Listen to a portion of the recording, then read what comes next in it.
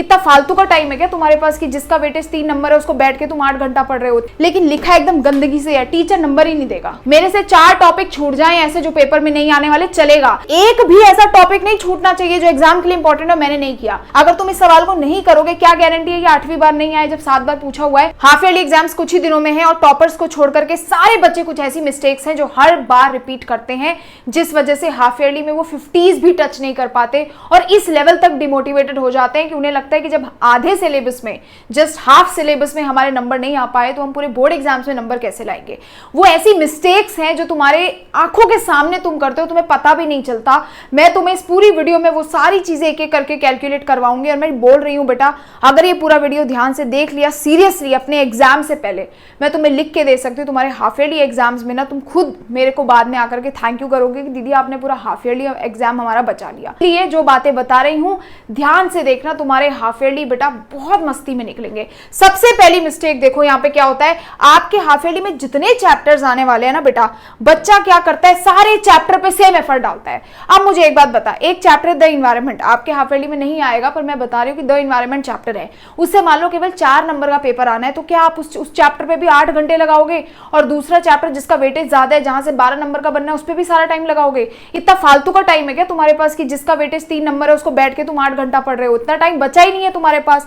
तो सारे चैप्टर को सेम एफर्ट और सेम टाइम नहीं देना है, सेम टाइम एलोकेट नहीं करना। अब तुम्हारे पास मान लो 10 चैप्टर आने हैं, ठीक है, तो तुम 10 के 10 चैप्टर को बेटा सेम टाइम और सेम एफर्ट नहीं दोगे, नहीं तो तुम अपना सिलेबस हाफ ईयरली से पहले खत्म नहीं कर पाओगे, क्योंकि सिलेबस खत्म भी करना है, उसको रिवाइज भी करना है और प्रैक्टिस भी करना है ना। तो यहां पे करेंगे क्या कि जो चैप्टर्स की वेटेज ज्यादा है उसको ज्यादा टाइम देंगे, ज्यादा पढ़ेंगे, ज्यादा डिटेल में जाएंगे। जिस चैप्टर्स की वेटेज कम है उन चैप्टर्स को हम कम पढ़ेंगे। हाई वेटेज चैप्टर्स क्या, नेशनलिज्म इन यूरोप हो गया, मेटल्स नॉन मेटल्स हो गया, ट्रिग्नोमेट्री हो गया, ये चैप्टर्स है जिनके हाई वेटेज है। स्कूल एग्जाम्स में हाफ ईयरली में ये टीचर्स तुम्हें बोलते हैं कि इंपॉर्टेंट चैप्टर्स है, यहां से क्वेश्चन डेफिनेटली ज्यादा बनेंगे। 80 नंबर का पेपर है, तो ऐसे मत सोच के चलो कि मैं एक चैप्टर जिससे 3 नंबर क्वेश्चन बनने वाला है, तुम 2-2 3-3 घंटे वेस्ट कर रहे हो, नहीं है तुम्हारे पास समय। तो इस हिसाब से पढ़ना। साइंस, सोशल, मैथ्स में हाई वेटेज चैप्टर्स को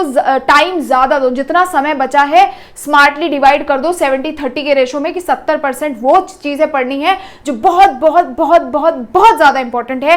केवल 30% टाइम देना है इन चैप्टर्स पे जहां से 2 नंबर का 5 नंबर के सवाल बनने वाले हैं, और क्या बनते हैं वो भी ध्यान होना चाहिए, ठीक है। तो पहली मिस्टेक ये है कि हाई प्रायोरिटी से लो प्रायोरिटी पढ़ते चलो। एग्जाम से 4 दिन पहले क्या तुम एक छोटा चैप्टर पढ़ सकते हो? पढ़ सकते हैं दीदी। क्या आसान चैप्टर पढ़ सकते हो? पढ़ सकते हैं दीदी। पर क्या एक टफ चैप्टर पढ़ पाओगे? जल्दी जल्दी में खत्म करना पड़ेगा। नंबर रिस्क पे है, क्योंकि एक चैप्टर से मल्टीपल सवाल आएंगे, इसीलिए क्या करना है, हाई वेटेज चैप्टर को पहले पकड़ करके खत्म करना है, समय कम है, ठीक है। आगे बढ़ते जल्दी से। दूसरी मिस्टेक, अब दूसरी गलती क्या है कि सारे टॉपिक्स, एक चैप्टर जो है वो एक चैप्टर में भी मान लो एक चैप्टर के अंदर 10 टॉपिक है, वो सारे टॉपिक इंपॉर्टेंट नहीं होते बेटा। एक चैप्टर के अंदर भी अगर 20 टॉपिक है तो ये मतलब नहीं है कि सारे टॉपिक्स इंपॉर्टेंट है, उसमें से भी कुछ टॉपिक्स ऐसे होते हैं, यानी 20% के आसपास टॉपिक ऐसे होते हैं जो बहुत ज्यादा इंपॉर्टेंट है, टीचर्स के फेवरेट हैं, और यही तुम्हारे हाफ ईयरली एग्जाम्स में भी आएंगे। तो अपने को क्या बनना है, स्मार्ट बनना पड़ेगा। करना क्या है, कोई भी चैप्टर है ना तुम्हारे पास, उस चैप्टर के सारे टॉपिक्स को इस तरीके से लिस्ट बना के लिख लो, ठीक है। अब टॉपर क्या करता है, मैंने अपने लाइफ टाइम क्या किया है, मेरे को पता है भाई ये टॉपिक इंपॉर्टेंट है, ये इंपॉर्टेंट है, ये इंपॉर्टेंट है, अलग से लिस्ट बना दी इंपॉर्टेंट टॉपिक्स की, कि चाहे जो हो जाए, मेरे से 4 टॉपिक छूट जाएं ऐसे जो पेपर में नहीं आने वाले, चलेगा, लेकिन एक भी ऐसा टॉपिक नहीं छूटना चाहिए जो एग्जाम के लिए इंपॉर्टेंट है। मैंने नहीं किया, 4 फालतू टॉपिक पेपर में नहीं आएंगे, नहीं किया, कोई बात नहीं, बाद में पढ़ लेंगे, पर करने वाला जो आने वाले वो छोड़ दिया तो सीधा सीधा नंबर गया।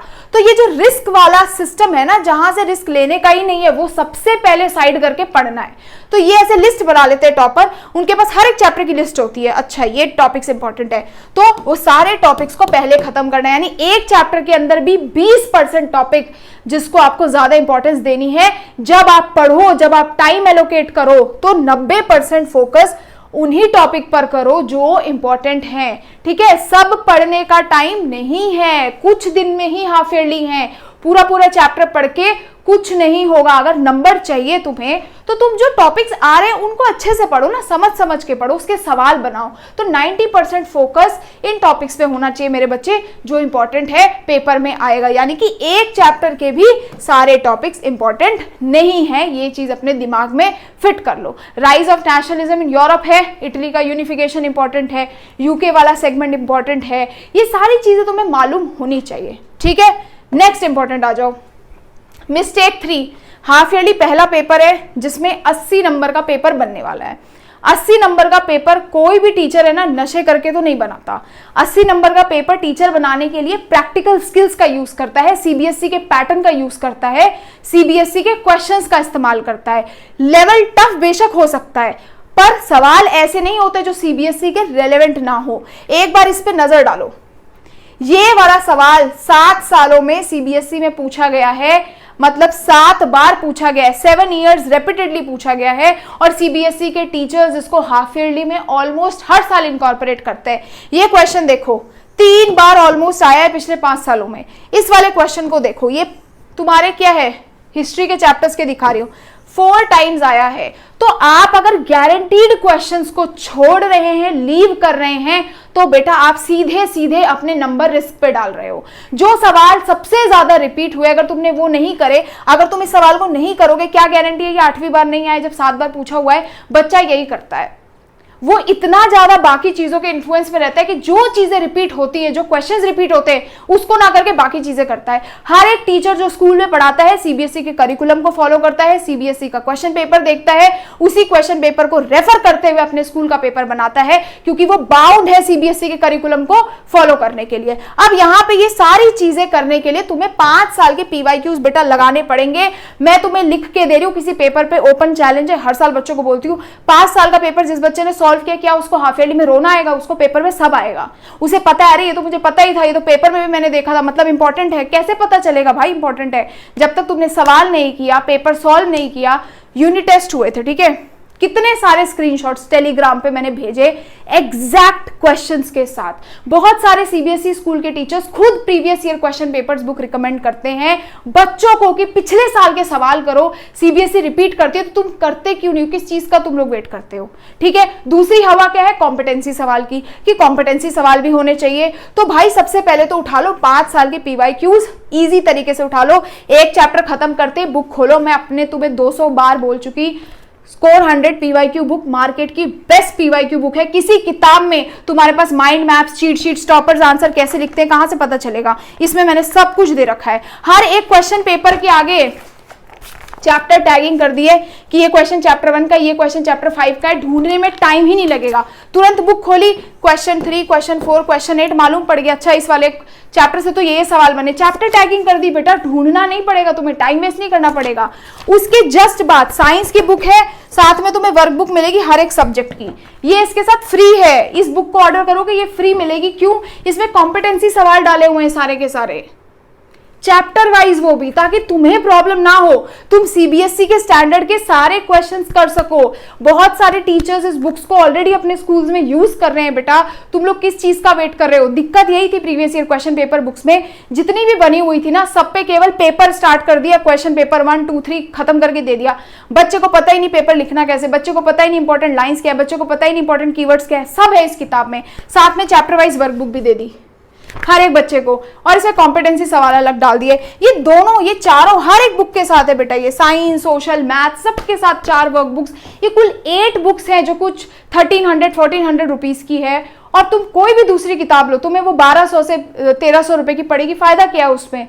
100 रुपए एक्स्ट्रा देके तुम्हें 4 फ्री वर्क बुक्स मिल रही है कॉम्पिटेंसी के साथ। ये सवाल आज से ही लगाना शुरू करो बेटा। पीवाईक्यू जब करनी ही है ना, तो अपने पीवाईक्यू सेगमेंट की बेस्ट किताब करो, जो मैं तुम्हें बता चुकी हूँ। पीवाईक्यूज 5 साल के लगा लो, बोर्ड एग्जाम में एक सवाल बाहर से नहीं आने वाला, स्पेशली तुम्हारे हाफ ईयरली में 95% तुम्हारे वैसे ही फिक्स हैं। मेरा खुद का भाई 2 साल पहले भी दे के निकला है 10th का एग्जाम, बहुत अच्छे से गाइड किया था। ऐसा ही सबका चलता है, सारे बच्चों का यही हिसाब है।